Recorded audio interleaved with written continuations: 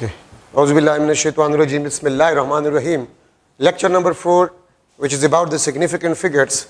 Significant figures का definition ये the accurately known digits and first doubtful digit in any Mayer value is known as significant figure. Significant का मतलब ये होता है the digits on which we can believe, on the accuracy of which we can believe, उसको हम significant figures कहते हैं.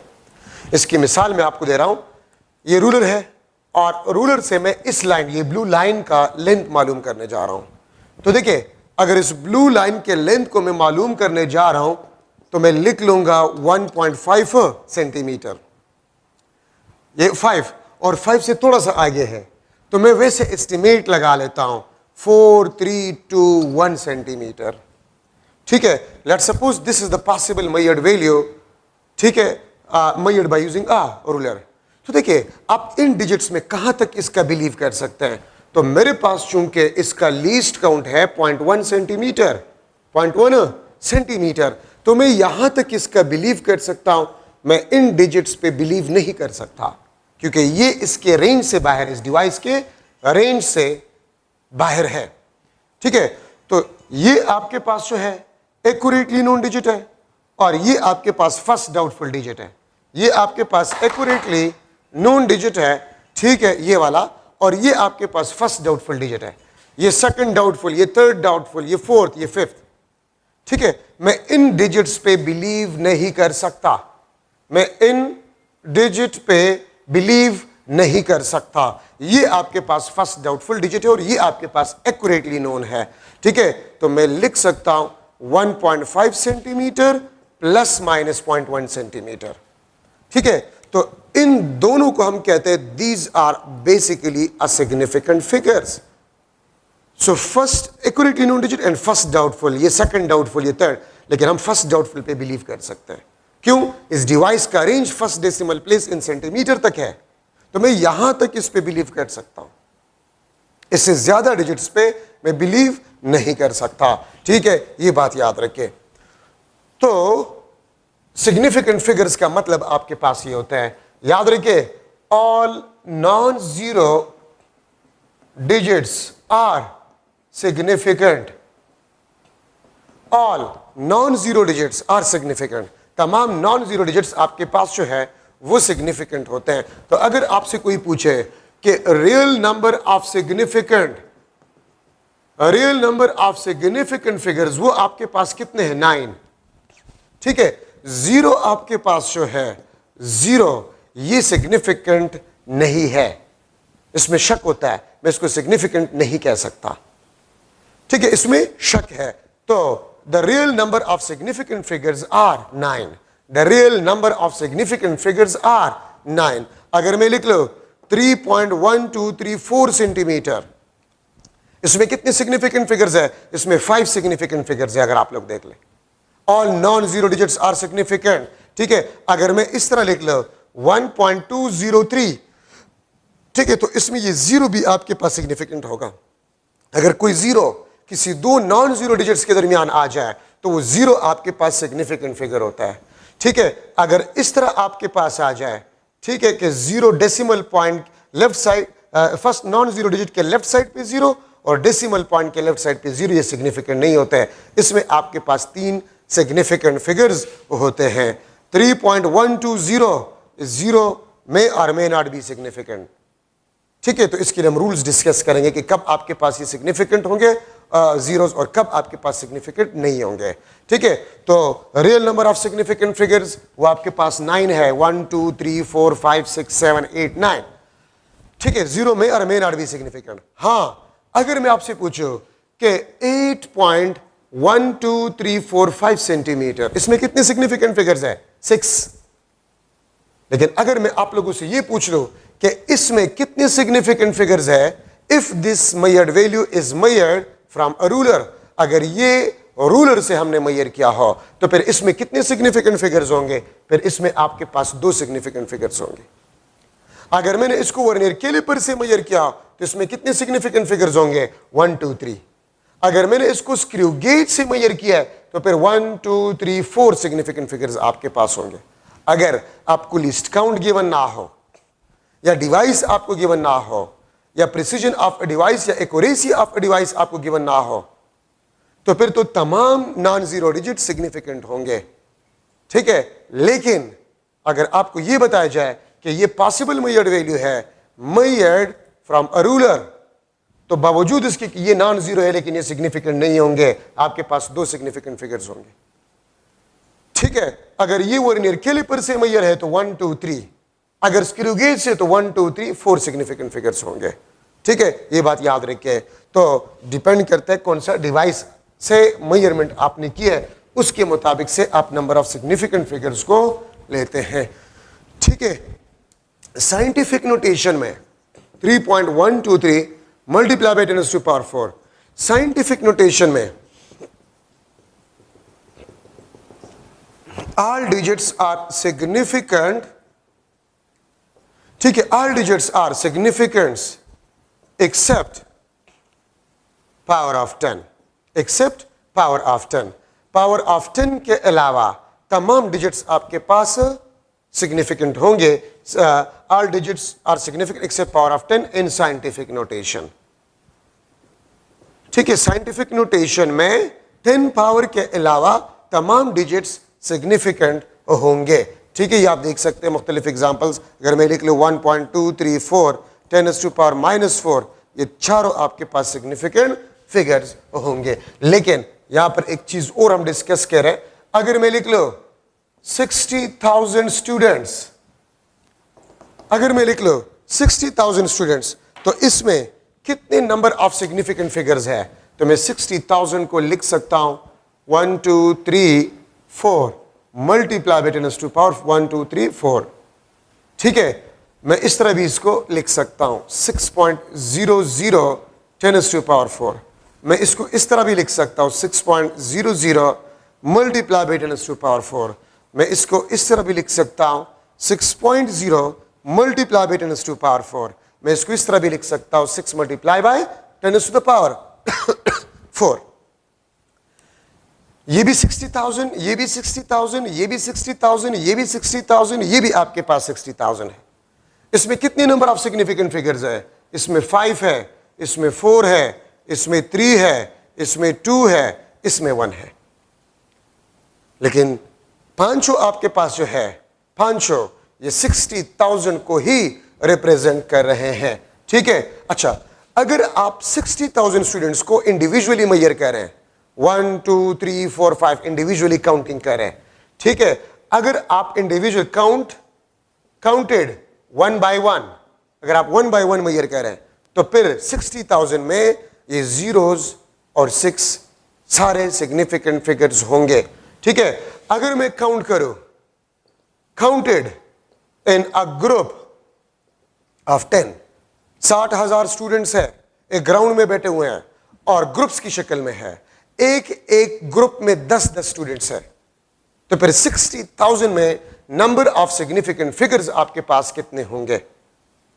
तो अगर आप ग्रुप्स की शक्ल में काउंट कर रहे हैं, एक एक ग्रुप में 10-10 स्टूडेंट्स है, तो 1 group 10 students, second group 20 students, third group 30 students, ठीक है। जो लास्ट ग्रुप होगा वो 6,000 होगा, और 6,000 में 3 जीरो और एक 6, 4 सिग्निफिकेंट फिगर, ठीक है। और यहां पर इस तरह भी मैं लिख सकता हूं 60,000 डिवाइड बाय 10, तो एक जीरो कैंसिल, 4 सिग्निफिकेंट फिगर्स बन जाएंगे, ठीक है। अगर आप 60,000 स्टूडेंट को काउंट करें, counted in a group of 100, in a group of 100, एक group 100 students, second group 200 students, third group 300 students, fourth group 400 students, ठीक है।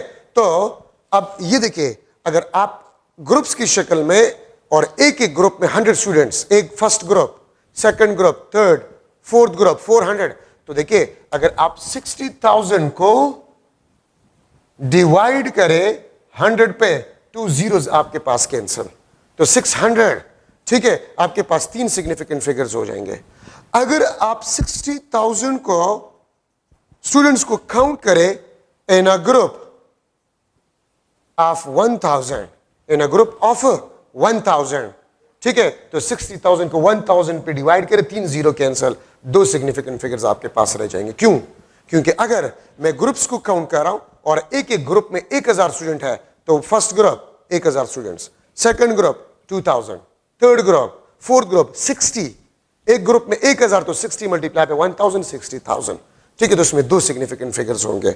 और अगर आप काउंट करें, counted in a group of 10,000, कोई आपको ये बता दे कि 60,000 स्टूडेंट्स एक ग्राउंड में बैठे हुए हैं, ठीक है, और वो ग्रुप्स की शक्ल में है, और एक एक ग्रुप में 10,000 स्टूडेंट्स हैं, एक एक ग्रुप में 10,000 स्टूडेंट्स है, तो how many significant figures are there in 60,000 students?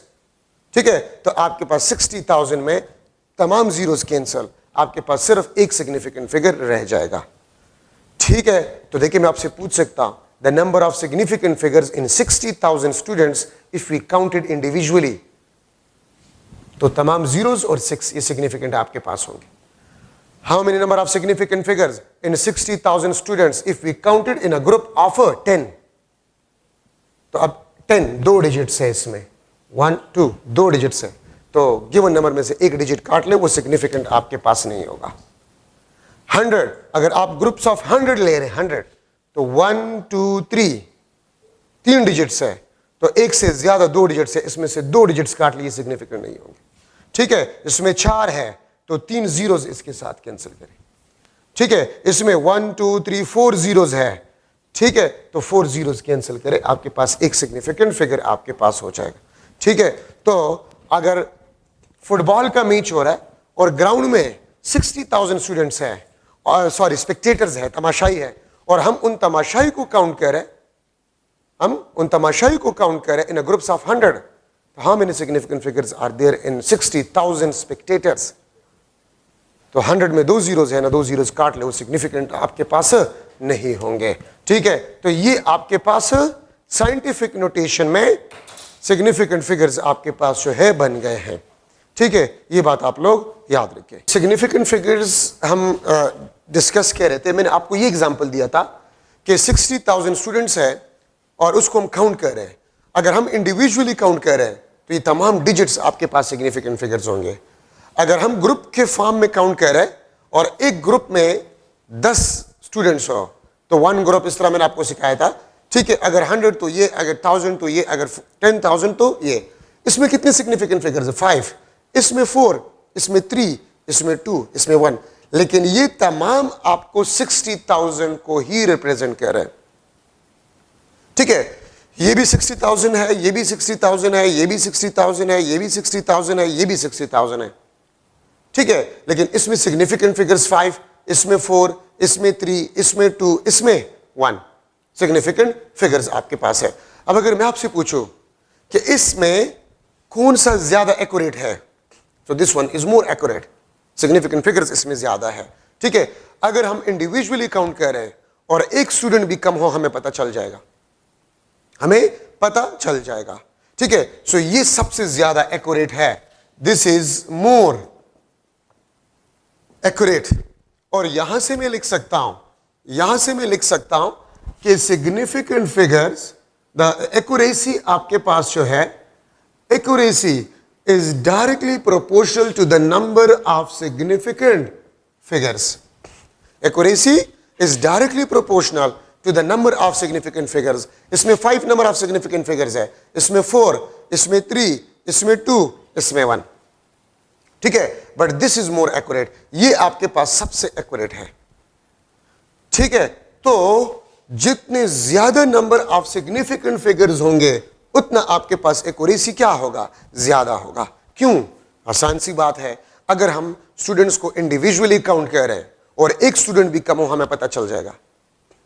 ठीक है, लेकिन आप जितना ग्रुप को बढ़ा रहे हैं, अब अगर मैं ग्रुप में 100 ले रहा हूं तो 100 तो में 2 कम हो सकते हैं, 3 कम हो सकते हैं। ठीक है, जितना ग्रुप बढ़ता है एक्यूरेसी कम होता जाता है, because number of significant figures कम होते जाते हैं। ठीक है, तो accuracy is directly proportional to the number of significant figures. अब इसमें 5, इसमें 4, इसमें 3, इसमें 2, इसमें 1, this is more accurate, this is less accurate. अगर ग्रुप्स में 10,000 स्टूडेंट्स हो, एक ग्रुप 10,000, दूसरा ग्रुप 20,000, तीसरा ग्रुप 30,000। ठीक है, तो 10,000 में अगर 100 स्टूडेंट्स, 200 स्टूडेंट्स भी ग्रुप में कम हो, हमें पता नहीं चल सकता। ठीक है, तो इसका मतलब ये है दिस इज मोर एक्यूरेट, ये आपके पास ज्यादा एक्यूरेट होगा, ठीक है। और वो आपके पास इंपॉर्टेंट कंसेप्ट है, accuracy is directly proportional to the number of significant figures. अच्छा, अब इसमें देखिए MCQ, number of significant figures in 20,000 spectators if counted in a group of 100, ठीक है, if counted in a group of 100 spectators will be dash. तो देखिए दो zeros के साथ कैंसिल, तो इसमें कितने सिग्निफिकेंट फिगर्स रह गए? 3 सिग्निफिकेंट फिगर्स आपके पास रह गए, ठीक है। The number of significant figures in 48,000 eggs if we counted boxes in which 1 dozen eggs kept will be dash।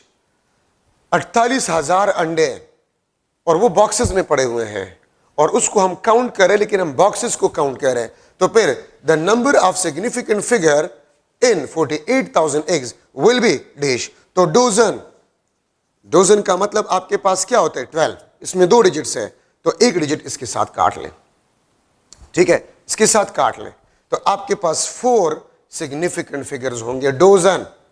अब एक बात याद रखिए, ग्रुप में एक से ज्यादा जितनी भी डिजिट्स हो, एक से ज्यादा जितनी भी डिजिट्स हो, ठीक है, तो गिवन नंबर में से वो काट ले, वो आपके पास सिग्निफिकेंट फिगर्स नहीं होंगे, ठीक है। अगर मैं लिख लो 1 2 3 4 5 students counted in a group of 1 2 3 students,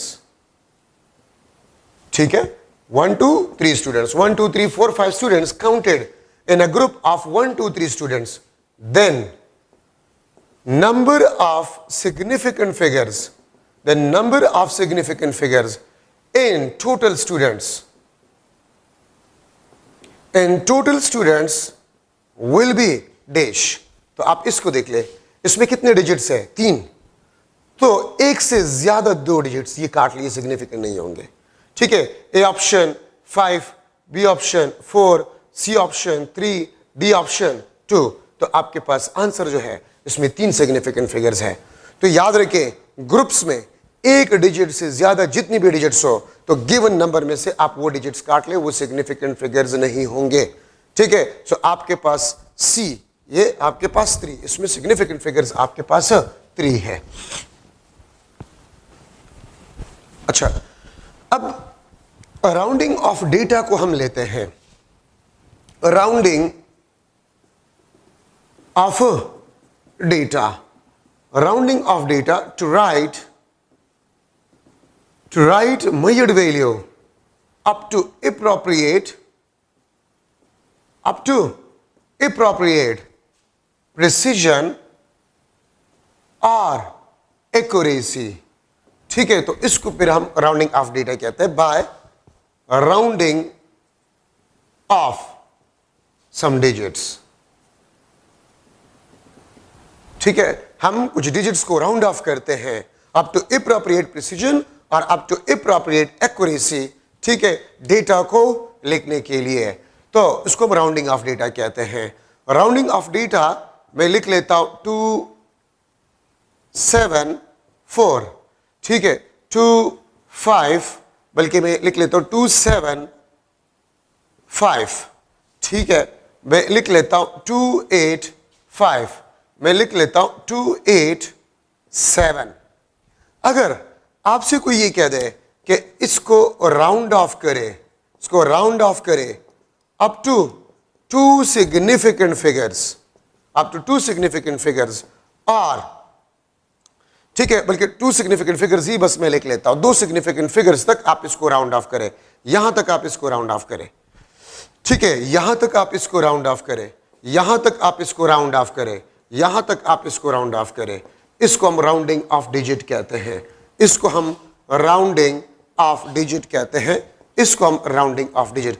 अगर हम 2 सिग्निफिकेंट फिगर्स तक, ठीक है, या मैं अगर इसमें डेसिमल पॉइंट भी लगा लूं, डेसिमल पॉइंट भी लगा लूं इसमें, तो round off up to 2 significant figures और 1 डेसिमल प्लेस, एक ही बात है, ठीक है। आप इन मेजर्ड वैल्यूज को राउंड ऑफ करें अप टू 1 डेसिमल प्लेस या up to 2 significant figures, up to 2 significant figures. तो देखिए एक बात याद रखिए, if rounding off digit is less than 5, अगर राउंडिंग ऑफ डिजिट 5 से कम हो तो खत्म करें, ठीक है, और आप लास्ट डिजिट तक नंबर को उसी तरह ही लिख लें, ठीक है। अगर राउंडिंग ऑफ डिजिट आपके पास 5 हो, ये देखिए 5, ये देखिए 5, राउंडिंग ऑफ डिजिट अगर आपके पास 5 हो, ठीक है, एंड लास्ट रिटेन डिजिट वो आपके पास ऑड हो,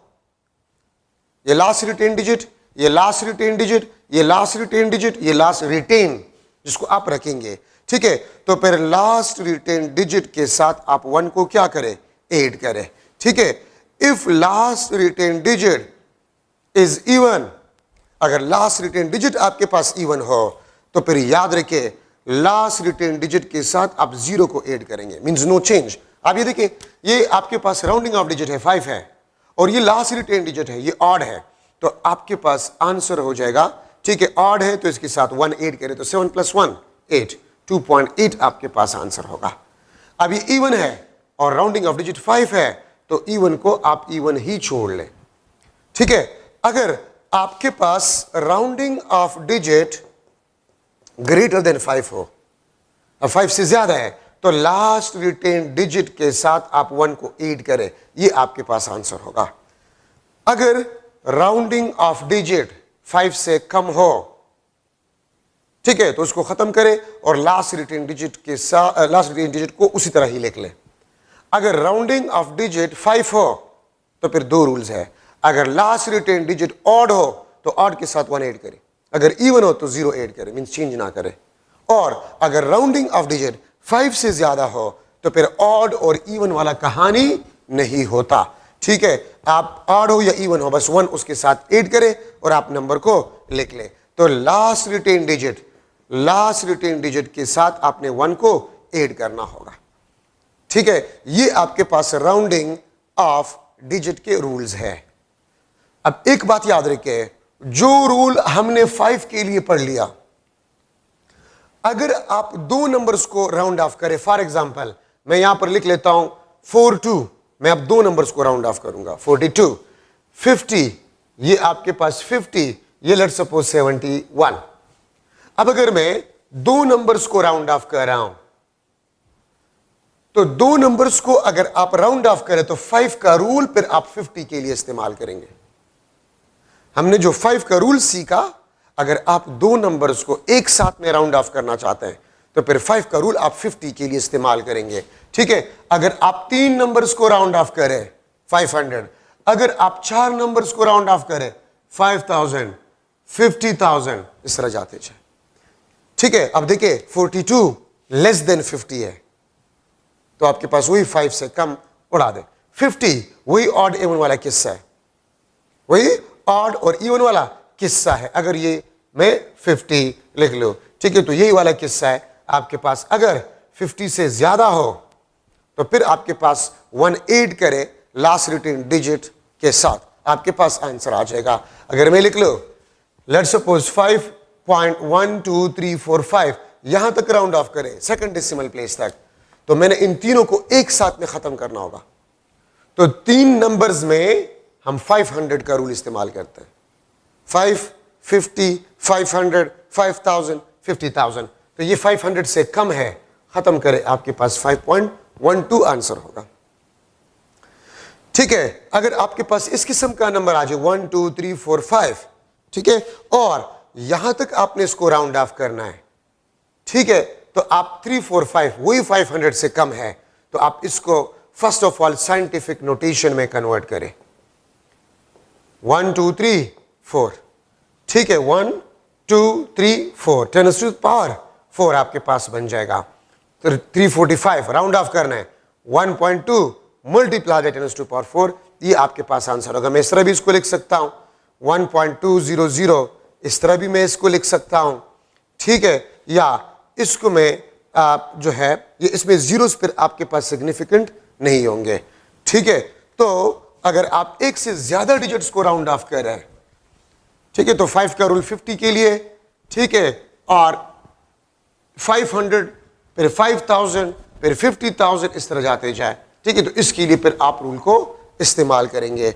अब अगर मैं लिख लूं कि round off 1 3 5 6 7 2, round off 1 3 5 6 7 2 up to one significant figure, up to one significant figure. अगर मैं ये एक एग्जांपल आपको दूं, ठीक है, तो वन सिग्निफिकेंट फिगर तक आप इसको अगर राउंड आउट करें तो 1.35672 मल्टीप्लाई बाय 10 सुपर 1 2 3 4 5, ये 5, ठीक है। आपने वन सिग्निफिकेंट फिगर तक छोड़ना है तो आपने इन डिजिट्स को खत्म करना होगा।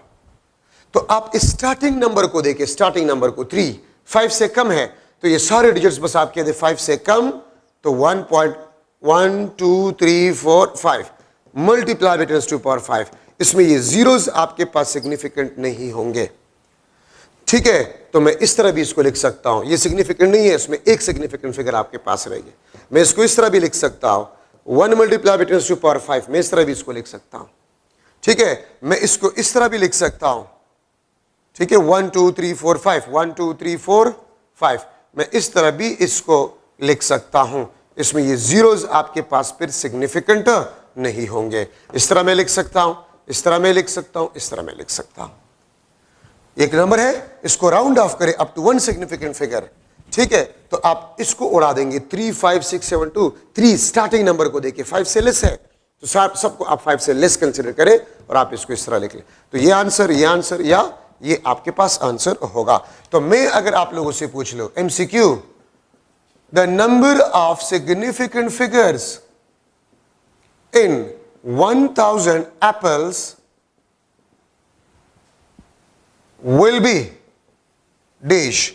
अगर मैं आपसे पूछूं, ठीक है, apples will be dash, A option 1, B option आपके पास जो है 4, सी ऑप्शन 2, डी ऑप्शन आपके पास इनफाइनाइट, ठीक है। अब देखिए, the number of significant figures in 1000 apples will be dash, इसमें ये जीरो सिग्निफिकेंट नहीं होंगे। अगर आपको कोई कंडीशन गिवन नहीं है तो आपके पास एक सिग्निफिकेंट फिगर होगा, ठीक है। और अगर मैं इसके साथ लिख लो the number of significant figures in 1000 apples will be dash if counted individually,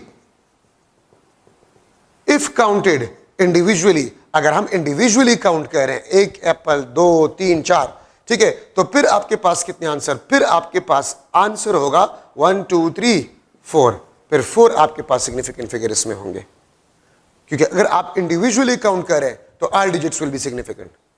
अगर आपको कोई कंडीशन गिवन ना हो तो फिर जीरोस को आपने सिग्निफिकेंट नहीं लेना होगा, ठीक है, जीरो को आपने सिग्निफिकेंट नहीं लेना होगा, ठीक है। ये सेकंड आपके पास question. Third, if counted in group of 10 apples, ठीक है, तो फिर आपके पास आंसर जो है फिर 3 आपके पास आंसर होगा। तो याद रखिए, अगर कोई डिजिट आपको गिवन हो विद जीरोस तो फिर वो जीरो आपके पास सिग्निफिकेंट नहीं होंगे अगर कंडीशन गिवन ना हो। 60,000 स्टूडेंट्स है, how many number of significant figures are there in 60,000 students, जो कि मैं एग्जांपल में कर चुका हूं। 60,000 स्टूडेंट्स स्टार्ट में, कितने सिग्निफिकेंट फिगर है 60,000 स्टूडेंट्स में, तो एक। कितने सिग्निफिकेंट फिगर है 60,000 स्टूडेंट्स में इफ काउंटेड इंडिविजुअली, सब सिग्निफिकेंट फिगर है 5, ठीक है। अगर मैं how many number of significant figures in 60,000 students if we counted in a group of 10, तो फिर 4, ठीक है, इस तरह जाते जाए। तो क्वेश्चन पे डिपेंड करता है। और एक बात ये याद रखिए कि एग्जैक्ट नंबर आपके पास जो होता है, exact number has a infinite significant figures. अगर आपसे ये पूछ लिया जाए how many number of significant figures in exact number 20, in exact number 2, in exact number 5, तो infinite number of significant figures. आप पाई में देखिए, पाई इज इक्वल टू 3.1415 और इस किस्म का एक निशान होता है कैलकुलेटर में। तो पाई में आपके पास क्या होता है, infinite number of significant figure. तो जब तक आपको ये ना बता, देखिए मैं अगर आपसे पूछूं the number of significant figure in 1000, अगर आपसे पूछूं 1000 में कितने सिग्निफिकेंट फिगर्स हैं, 1000 में कितने सिग्निफिकेंट फिगर है, तो एक, ये जीरो नहीं होंगे। अगर मैं आपसे पूछूं कि how many number of significant figures in 1000, in 1000 exact number, तो इनफाइनाइट। अगर 1000 के साथ लिख लिया जाए एग्जैक्ट नंबर या प्योर नंबर तो फिर इनफाइनाइट। लेकिन अगर प्योर नंबर या एग्जैक्ट नंबर की बात ना हो तो फिर आम रूल्स के मुताबिक से आप देखेंगे कि कितने सिग्निफिकेंट फिगर्स आपके पास होंगे, ठीक है। लेकिन अगर मैं आपसे पूछूं the number of significant figures in exact number, तो आपके पास इनफाइनाइट, ठीक है, इनफाइनाइट आपके पास सिग्निफिकेंट नंबर एग्जैक्ट नंबर में आपके पास होंगे। The number of significant figure in 1000, तो 1 आपके पास सिग्निफिकेंट फिगर होगा। अच्छा, एडिशन एंड, अच्छा एक और चीज भी यहां पर याद रखिए, अगर मैं लिख लो MCQ the number of significant figures, the number of significant figures in 100.0, बल्कि मैंने 100 पॉइंट लिख लिया, will be dash। अगर आपने 0.0 भी लिखे तब भी ठीक है, नहीं लिखे तब भी ठीक है। Option 1, B option 4, C option 3, D option आपके पास जो है इनफाइनाइट। तो अगर डेसिमल पॉइंट लिखा गया है तो डेसिमल पॉइंट अगर लिखा है तो इसका मतलब ये है कि ये सिग्निफिकेंट है। अगर मैं लिख लो 100 में कितने सिग्निफिकेंट फिगर है, 1, ये 0 नहीं है। अगर मैंने लिख लिया 100 डेसिमल पॉइंट तो फिर ये तीनों सिग्निफिकेंट फिगर अगर आपने डेसिमल पॉइंट लगा लिया, ठीक है। तो ये बात भी याद रखिए, addition and subtraction rule for significant figures, addition and subtraction rule for significant figure. तो याद रखिए लास्ट रिजल्ट या final result must contains as much number of decimal places is present in less precise measured value। Addition और subtraction rule है आपके पास, last result या final result must contain as much number of decimal places is present in less precise measured value। क्या मतलब है, अगर मैं लिख लो 5.1234 सेंटीमीटर प्लस 2.3 सेंटीमीटर, तो देखिए ये आपके पास लेस प्रिसाइज है। ये क्यों लेस प्रिसाइज है, इसमें एक डेसिमल प्लेस है। ये आपके पास मोर प्रिसाइज है, इसमें 1 2 3 4 डेसिमल प्लेसेस है। ये लेस प्रिसाइज, इसमें एक डेसिमल प्लेस, क्योंकि मैंने आपको लिखवाया था कि precision is directly proportional to the number of decimal places, अगर आप लोगों को याद हो तो देखिए 5 + 2 7.4234 सेंटीमीटर। आपने एक डेसिमल प्लेस तक इसको रखना होगा, तो 2 3 4 को आपने राउंड ऑफ करना होगा। तो ये आंसर नहीं है, आंसर आपके पास ये है, ये आपके पास एप्रोप्रिएट आंसर है। याद रखिए एडिशन और सब्ट्रैक्शन में जिस मेजर्ड वैल्यू में कम से कम डेसिमल प्लेसेस होंगे तो लास्ट रिजल्ट में भी आपने उतने ही डेसिमल प्लेसेस छोड़ने होंगे। इसमें एक डेसिमल प्लेस है तो हमने एक डेसिमल प्लेस छोड़ा, ठीक है। अगर मैं लिख लो 6.1234 सेंटीमीटर प्लस 3.26 प्लस 1.5 सेंटीमीटर। अब देखिए इसमें एक डेसिमल प्लेस है, तो 6 + 3 9, ये आपके पास 10, 6 7 8 3 4 सेंटीमीटर। इसमें ये लेस प्रिसाइज है तो आपने यहां तक इसको छोड़ना होगा, इसको राउंड ऑफ करें तो 10.9 सेंटीमीटर, ये आपके पास आंसर, ठीक है। मैं आपसे पूछ सकता हूं MCQ the number of significant figures in final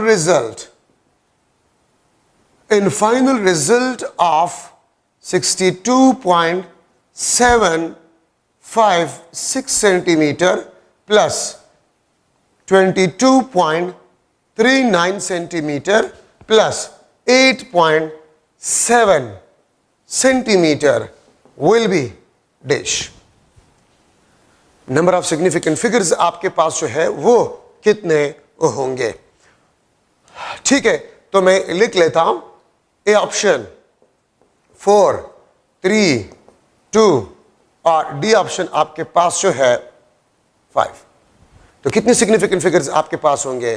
तो अगर आप देखें 62 प्लस 22 प्लस 8, तो 22 प्लस 8 30, ठीक है, और 60 प्लस 30 90, 92 पॉइंट समथिंग आपके पास आता है। डेसिमल प्लेसेस कितने हैं?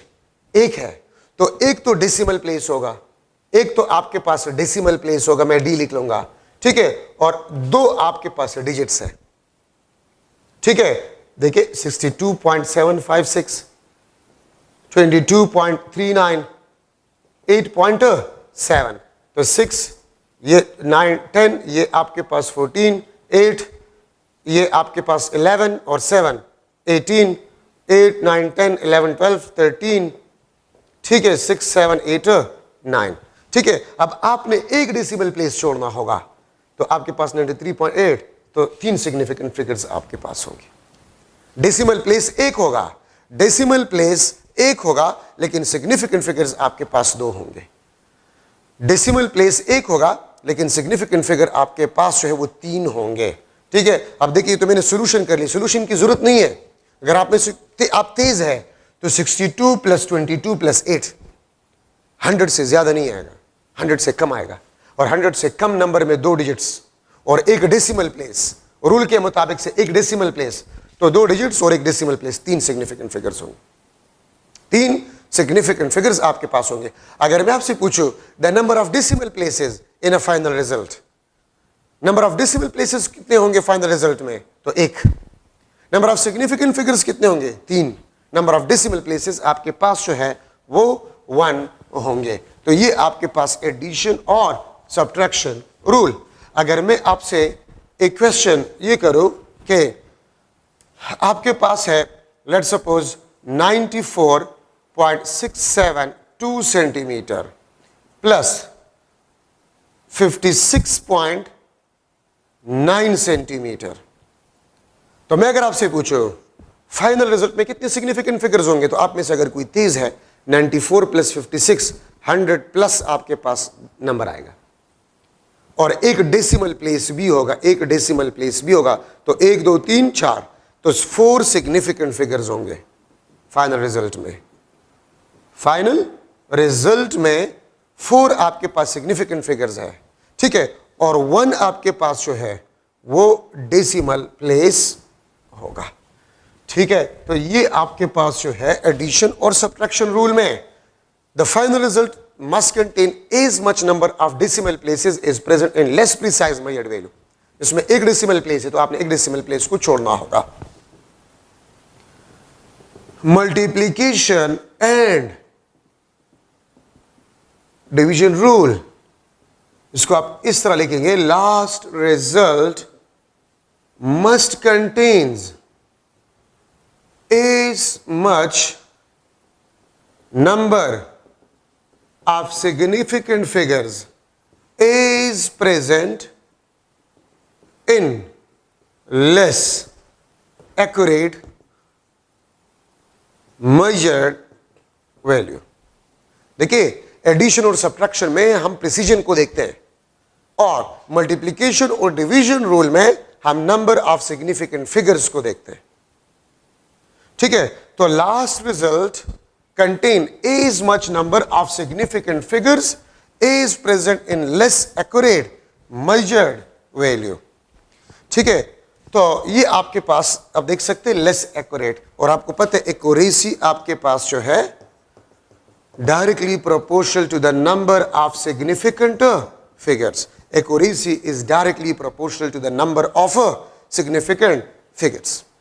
ठीक है, तो देखिए, अगर मैं लिख लूं आपके पास है let's suppose 222.2 centimetre multiply by 1 centimetre, ये आप देखिए ये मोर एक्यूरेट है, इसमें ये मोर एक्यूरेट है क्योंकि इसमें 1 2 3 4 सिग्निफिकेंट फिगर है।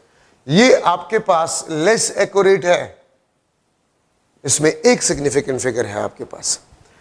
ठीक है, तो आपके पास रिजल्ट जो होगा 22.22 सेंटीमीटर स्क्वायर, लेकिन रूल के मुताबिक से ये प्रॉपर आंसर नहीं है। ठीक है, इसमें एक सिग्निफिकेंट फिगर है, तो आपने इसको भी एक सिग्निफिकेंट फिगर में कन्वर्ट करना होगा। 2.222 मल्टीप्लाई बाय 10⁻² सेंटीमीटर स्क्वायर। ठीक है, और इसको आपने यहां तक राउंड ऑफ करने, एक सिग्निफिकेंट फिगर आपने छोड़ना होगा। 222,500 से कम है, खत्म करें। ये आपके पास प्रॉपर आंसर। इसको मैं इस तरह भी लिख सकता हूं। ठीक है, 2.000 मल्टीप्लाई बाय 10⁻² सेंटीमीटर स्क्वायर, इसमें ये जीरो सिग्निफिकेंट नहीं है, एक है। ठीक है, इसको मैं इस तरह भी लिख सकता हूं 200 सेंटीमीटर स्क्वायर, इसमें ये जीरो सिग्निफिकेंट नहीं है, इसको मैं इस तरह भी लिख सकता हूं। ये भी ठीक है, ये भी ठीक है, और ये भी ठीक है। ठीक है, तो याद रखें मल्टीप्लिकेशन और डिवीजन में आपने सिग्निफिकेंट फिगर के मुताबिक से आंसर को लिखना होगा। अगर मैं लिख लूं the number of significant figures, number of significant figures in final result of 5.67 centimeter multiplied by 22.8 centimeter multiplied by 8 centimeter will be dash. The number of significant figure in final result of this product. इसमें कितने significant figures है? 3। इसमें भी 3। इसमें कितने हैं? 1। ठीक है, तो मैं अगर ऑप्शन लिख लो 3, 6, 1 और डी आपके पास इनफाइनाइट, तो देखिए आंसर आपके पास क्या है? 1 सिग्निफिकेंट फिगर। ये सबसे लेस एक्यूरेट है। सोल्यूशन की जरूरत नहीं कि आप कैलकुलेटर, यार मेरे साथ तो कैलकुलेटर नहीं है, मैं इसको किस तरह करूंगा, तो सॉल्व करने की जरूरत ही नहीं है। रूल के मुताबिक से last result must contain as much number of significant figure is present in a less accurate, तो ये less accurate है, एक significant figure। आपके पास एक significant figure final result में होगा। ठीक है, तो ये आपके पास multiplication and division rule है। मैं इस तरह भी लिख सकता हूं कि let's suppose 87.56 centimeter multiply by 1 centimeter is equal to dash। मैं ये ऑप्शन लिख लेता हूं 87.56 सेंटीमीटर स्क्वायर। बी ऑप्शन आपके पास जो है 8.756 multiply by 10⁻1 centimetre square. C option आपके पास जो है सी ऑप्शन आपके पास 9 मल्टीप्लाई बाय 10⁻1 सेंटीमीटर स्क्वायर। ठीक है, और डी ऑप्शन आपके पास जो है that is 87.56 multiply by 10⁻1 centimetre square. ठीक है, तो आपके पास आंसर जो है वो क्या है? What is the answer? नकुरे, ये प्रोडक्ट है, इसमें एक सिग्निफिकेंट फिगर है, इसमें 4 है, तो रिजल्ट में एक सिग्निफिकेंट फिगर होना चाहिए, तो इसमें एक से ज्यादा ये भी नहीं है, ये भी नहीं है। ठीक है, ये आपके पास ये भी नहीं है, तो इसमें आपके पास आंसर, प्रॉपर आंसर ये 9 मल्टीप्लाई बाय 10⁻1। ठीक है, इसमें एक significant figure, this is the answer. किस तरह? 87.56 सेंटीमीटर स्क्वायर, डेसिमल पॉइंट यहां पर शिफ्ट करें, 8.756 मल्टीप्लाई बाय 10⁻1 सेंटीमीटर स्क्वायर। ठीक है, और इसको आप राउंड ऑफ करें यहां तक, तो इसको आप खत्म करें 9 मल्टीप्लाई बाय 10⁻1 सेंटीमीटर। इस तरह भी लिखा जा सकता है 90 सेंटीमीटर स्क्वायर, इस तरह भी लिखा जा सकता है। ठीक है, और 9.123 मल्टीप्लाई बाय 10⁻1 सेंटीमीटर स्क्वायर, इस तरह भी लिखा जा सकता है।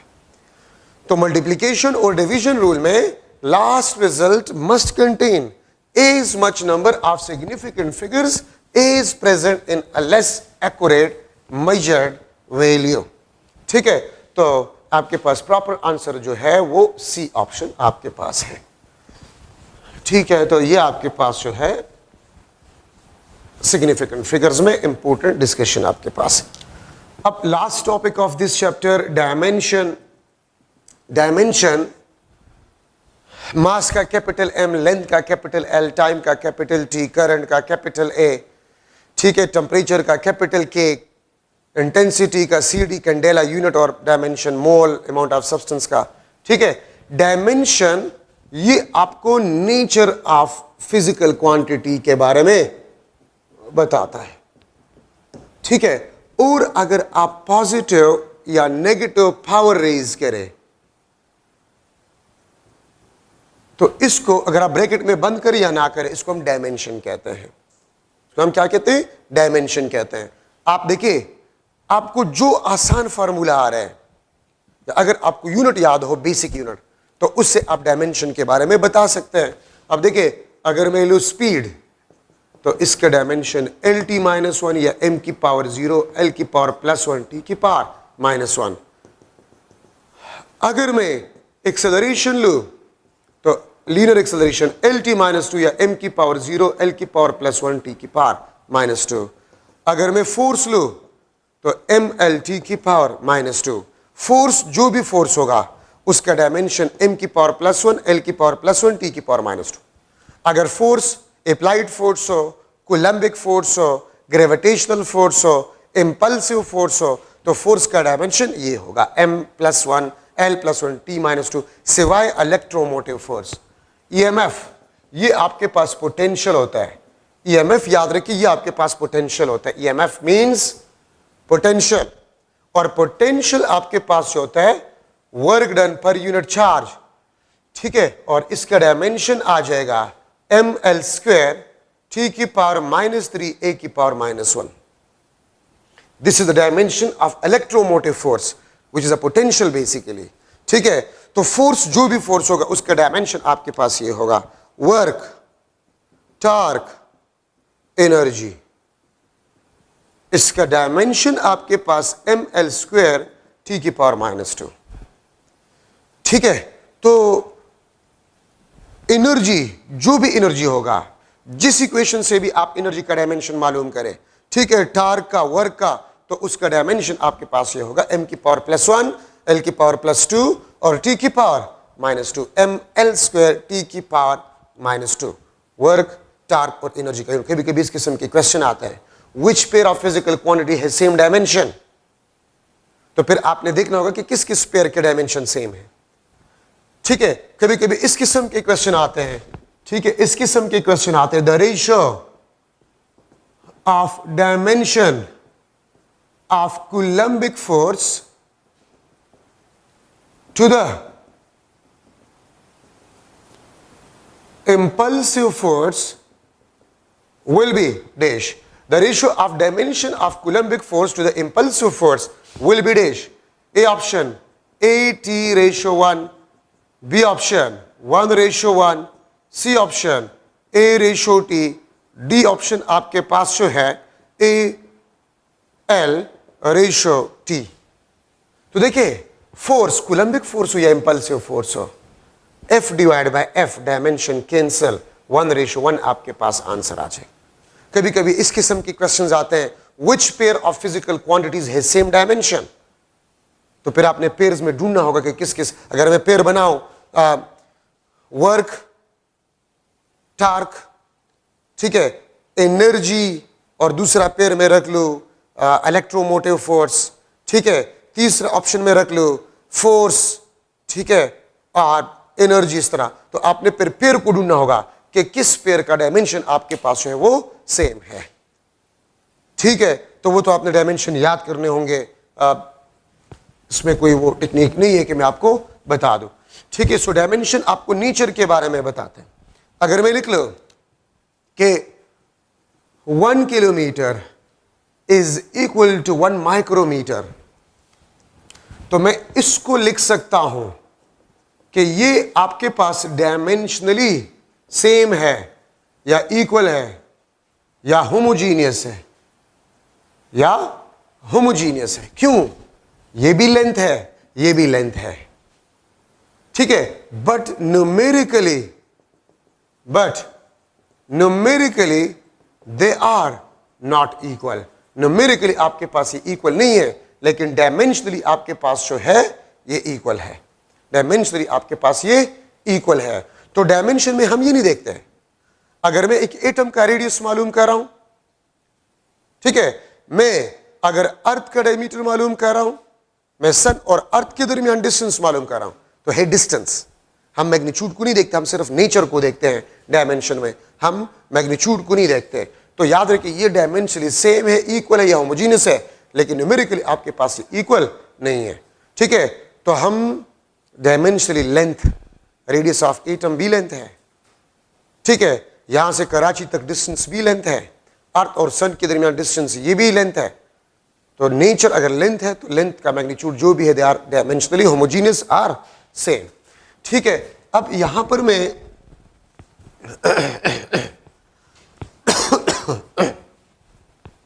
लिख रहा हूं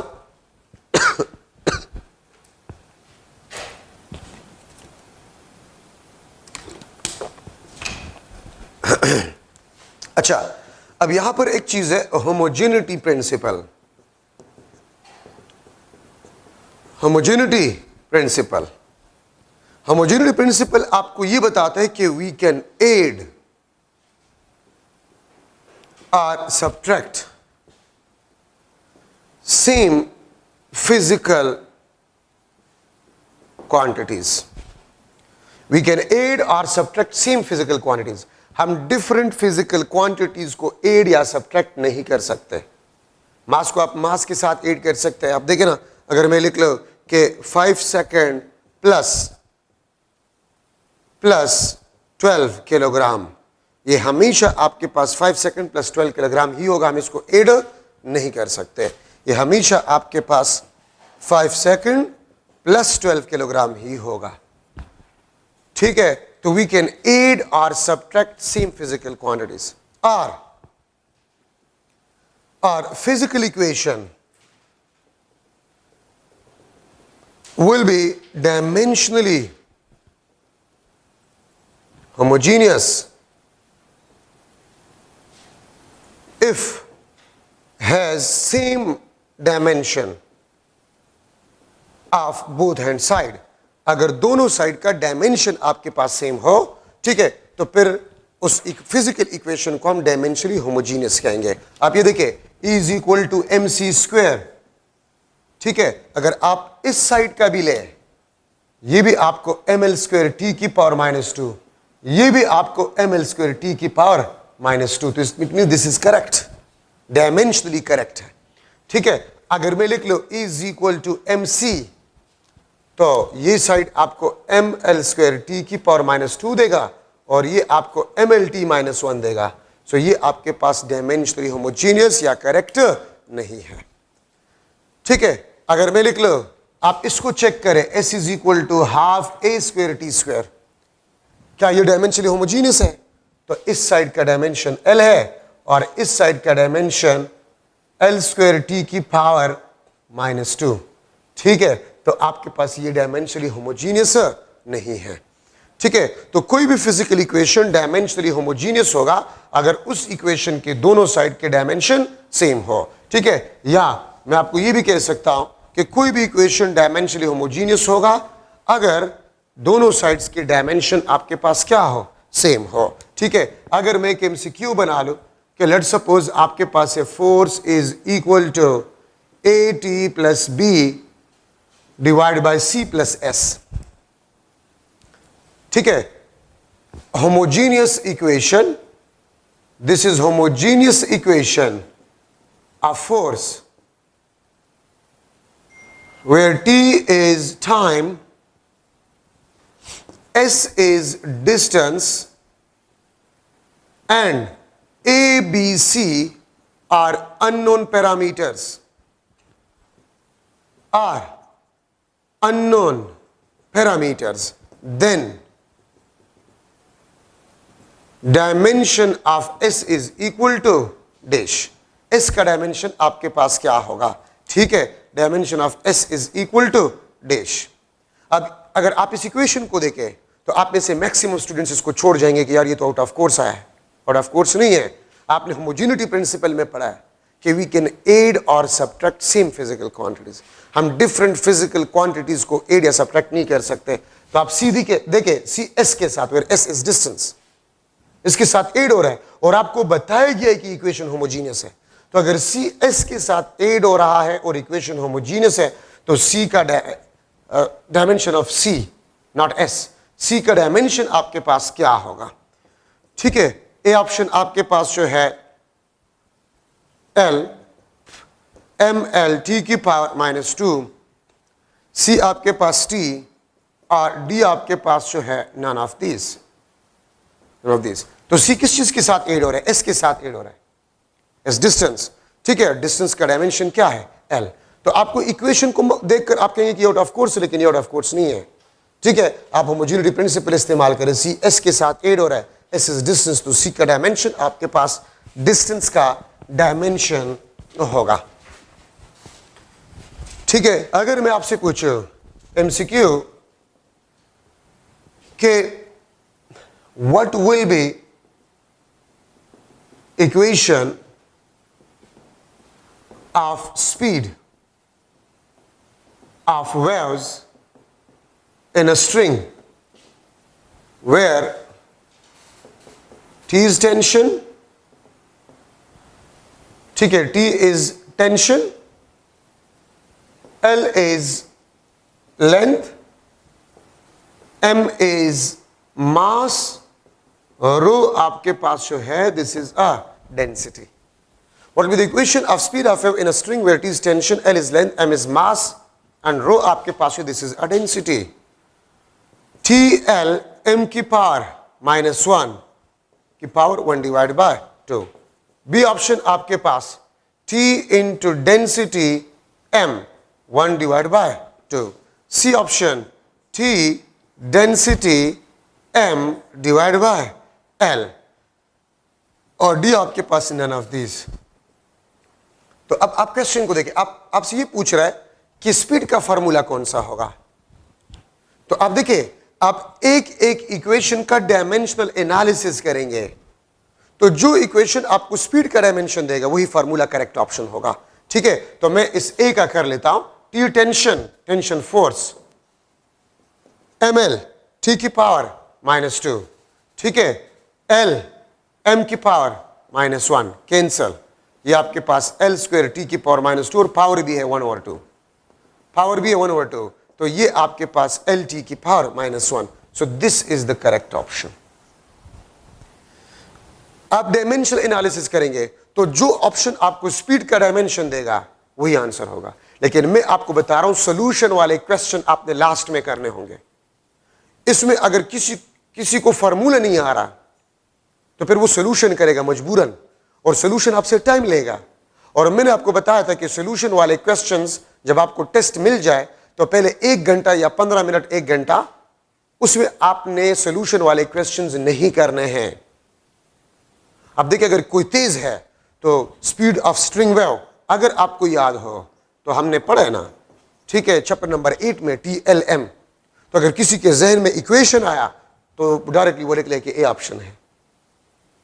अगर कोई तेज है, ये इक्वेशन आपने 8 चैप्टर में पढ़ा है, the speed of a string waves. तो आप में से अगर कोई तेज है और उसको फॉर्मूले याद है तो वो सोल्यूशन नहीं करेगा, वो डायरेक्टली इसको देख लेगा, हाँ यार ये आंसर आ रहा है डायमेंशन, तो फिर सोल्यूशन की जरूरत नहीं। अगर फार्मूला आपके जहन में आ गया तो करे, नहीं आया तो इस किस्म के सोल्यूशन वाले क्वेश्चन आपने टेस्ट के लास्ट में छोड़ने होंगे। याद रखिए, बहुत कम ऐसे एमसीक्यूज होते हैं जिसमें सोल्यूशन होता है, तो सोल्यूशन वाले एमसीक्यूज टेस्ट में आपने लास्ट में छोड़ने हैं। अच्छा, ये बात याद रखिए। टेक दैट टाइम पे जाए के स्टार्ट के जो सोल्यूशन वाले क्वेश्चन बने के स्टार्ट के। अगर मैं आपसे पूछूं एक और एमसीक्यू, लेट्स सपोज आपके पास है f is equal to m की पावर a, v की पावर b, r की पावर c, होमोजीनियस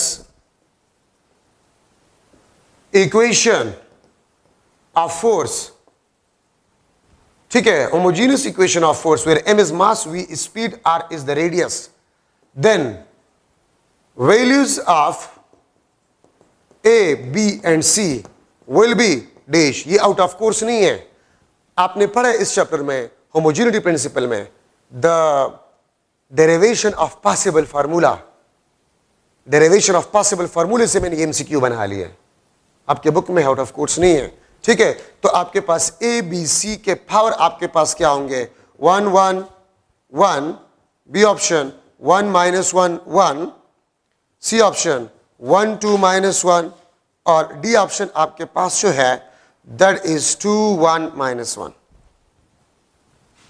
ठीक है, तो इसमें ए बी सी, तो देखिए अगर आप में से कोई तेज स्टूडेंट है, तेज, तो ऐसा कौन सा इक्वेशन है फोर्स का जिसमें मास, वेलोसिटी और रेडियस हो, तो centripetal force mv² divide by r, और इसको मैं लिख सकता हूं mv² r की पावर -1, तो 1 2 -1। अगर कोई तेज है वो डायरेक्टली लिख लीजिए, यार ये तो सेंट्रीपिटल फोर्स की इक्वेशन है। आप में से कोई तेज है तो इक्वेशन कौन सा है, ऐसा कोई इक्वेशन आपने पढ़ा है, मास, वेलोसिटी और r, यस सेंट्रीपिटल फोर्स, तो डायरेक्टली इसको पता चलेगा ये आंसर है, सोल्यूशन की जरूरत ही नहीं है। लेकिन अगर आपको याद नहीं है और आप इसको सॉल्व करना चाहते हैं तो लास्ट 20 मिनट में सोल्यूशन वाले क्वेश्चन आप करेंगे, लास्ट 20 मिनट्स में सोल्यूशन वाले क्वेश्चन आप करेंगे अगर टाइम रह गया, वरना अगर टाइम नहीं रहा और एक 10 आपने सोल्यूशन वाले एमसीक्यूज केमिस्ट्री और फिजिक्स में नहीं किए तो कौन सी क़यामत आ जाएगी। तो सोल्यूशन वाले क्वेश्चंस आप कम से कम करें। ठीक है, तो फिर आप क्या करेंगे, आप डायमेंशनल एनालिसिस करेंगे।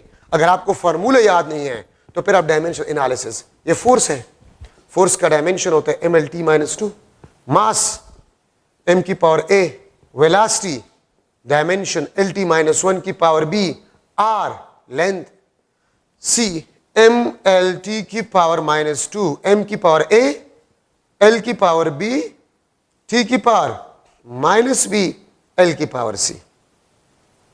ठीक है, तो mlt की पावर -2, ma, l की power b plus c, t की पावर -b। अब पावर को कंपेयर करें, यहां पर 1 यहां पर 1, तो a इज इक्वल टू 1 1 1 1, ये 2 आ गई तो ये तो नहीं है। फिर देखिए t की पावर -b है और यहाँ 2, तो b आपके पास 2, तो b 2, देखिए इसमें 2 है बाकी किसी में 2 नहीं है, बस सॉल्व करने की जरूरत नहीं है, यही आपके पास आंसर। ठीक है, तो ये आपके पास एक और मॉडल एमसीक्यू है डायमेंशनल एनालिसिस में। ठीक है, डेरिवेशन ऑफ पॉसिबल फार्मूले से मैंने निकाल लिया है। ठीक है, अब इसके बाद आपके पास है डायमेंशनलिस्ट क्वांटिटीज, वो क्वांटिटीज जिसके डायमेंशन ना हो उसको हम डायमेंशनलिस्ट कहते हैं। ठीक है, तो डायमेंशनलिस्ट क्वांटिटीज आपके पास कौन से हैं, dimensionless quantities which has a no dimension। ठीक है, all trigonometric ratios, all trigonometric ratios। ठीक है, strain, plane angle theta, plane angle, solid angle s। ठीक है, आपके पास रिफ्रैक्टिव इंडेक्स पाई, एक्सपोनेंशियल कांस्टेंट e। ठीक है, नंबर्स 1 2 3 4 5। ठीक है, ये आपके पास डायमेंशनलिस्ट क्वांटिटीज है विच हैज नो डायमेंशन। और याद रखिए जरूरी नहीं है कि जिस क्वांटिटी का डायमेंशन ना हो तो उसका यूनिट भी नहीं होगा। आप प्लेन एंगल देखिए उसका डायमेंशन नहीं है लेकिन यूनिट है रेडियन, सॉलिड एंगल उसका डायमेंशन नहीं है लेकिन यूनिट है। ठीक है, so these are the important points in chapter number first. ठीक है, आपका चैप्टर नंबर फर्स्ट खत्म हो गया है, इंशाल्लाह हम वेक्टर चैप्टर शुरू करेंगे नेक्स्ट लेक्चर में। ठीक है, तो चैप्टर नंबर 2 को थोड़ा सा पढ़ ले, वेक्टर्स को, उसको हम इंशाल्लाह स्टार्ट करेंगे। Thank you so much.